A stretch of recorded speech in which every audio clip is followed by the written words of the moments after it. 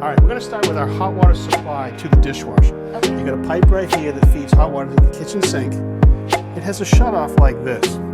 What I'm going to do is I'm going to replace this shutoff with one that looks very similar but has two branches. This one will go off to the kitchen sink, this one to the dishwasher. Now I've got the water shutoff down in the basement, and I just need to break these connections.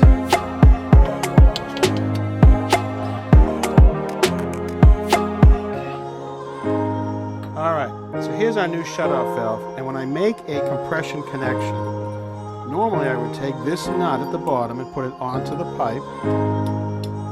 The next is this brass ring. It's called a ferrule, and that fits over the copper pipe like so.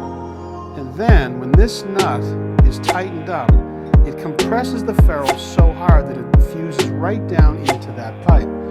Now, on this existing pipe, we already have a ferrule and a nut, and that ferrule is fully compressed into the pipe. So I'm going to reuse this nut and ferrule with our new valve and tighten it up.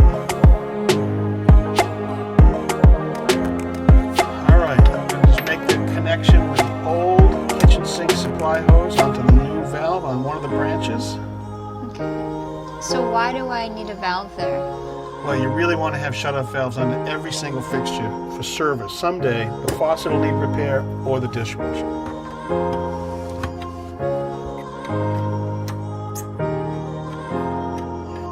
For a hot water supply to the dishwasher, we're going to use this stainless steel braided hose. Now, on our shutoff valve right here, we have a nut and a ferrule on the branch. We're not going to use this nut and ferrule either, because the hose actually has a nut that's already on it. So we don't need the ferrule for this one? Right, it's still called a compression connection, but you don't need the ferrule, and this will make a nice watertight seal. Next thing we're going to pay attention to is the discharge hose from the dishwasher. Now normally, if you had a garbage disposer, there's a branch right on the side where this thing fits perfectly, but you don't. So you have this pipe right here. It's called a tailpiece. They make a tailpiece designed exactly for this connection called a dishwasher tailpiece, and we're going to replace this with this. There's a bottom nut too I have to loosen.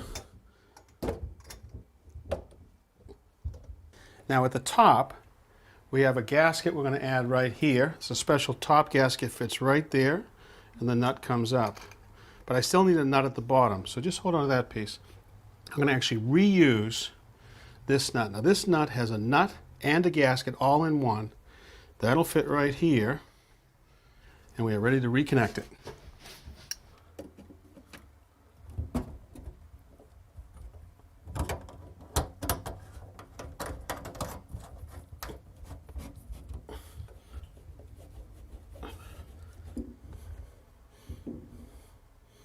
All right, let's just tip this back. There's a couple of connections on the front bottom of this dishwasher that are easy to be made if I tip it back. One is the water connection. There's an adapter elbow right here. I've already added Teflon tape to it, and I have to thread it in right here.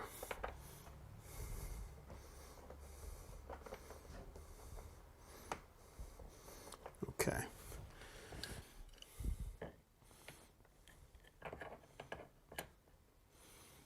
I want to be careful not to mangle the threads. All right, I want to stop it right about there, because I've got to feed my water line.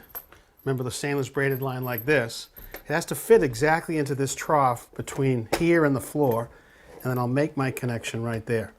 All right, so that's ready to go on the water. So now we have to think about the electrical. I'm going to connect this heavy-duty appliance plug right into this junction box right here. We'll be ready to install. We have an electrical connection to make. You'd think it'd be simple, right? It's 3 wires to 3 wires. On the unit, we've got black, which is hot, white is neutral, and green is the ground. But on this appliance plug, look at this. It's 2 gray wires with copper and 1 green. How do we know which one goes to which? We have a 50% chance of getting it wrong. Well, on any appliance plug like this, if you look carefully, there's a smooth side right here and a rib side. I don't know if you can see that right there. See the ribs on the side right there? The smooth side is the hot, and that goes to black. Boy, you really got to pay attention. You do. It's a polarized plug. It's pretty important. Okay, and finally the ground. Now we have to fit this water line under that very narrow groove underneath the dishwasher, so I've taped it into place. Now we're ready to slide the dishwasher in. Let's not scratch the floor. Lift it, and there's our water line. All right.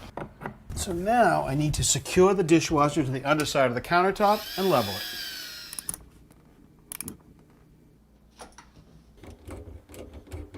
All right, so that clamp is tight. Now what I also did was to secure this hose as high as I could get it up inside the cabinet. I want to make it so if this sink ever had a backup, all that nasty water wouldn't go this way and go back into your dishwasher. That's a good tip.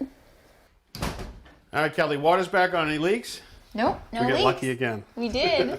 Plug in the electricity. Okay, got it. All right, let me show you what you got here. Okay. There's a power button right here. Mm-hmm. Makes a little jingle when it starts. And there's some buttons right here. Normally you'll hit that one. Go. Normal. All right, there we go. All right.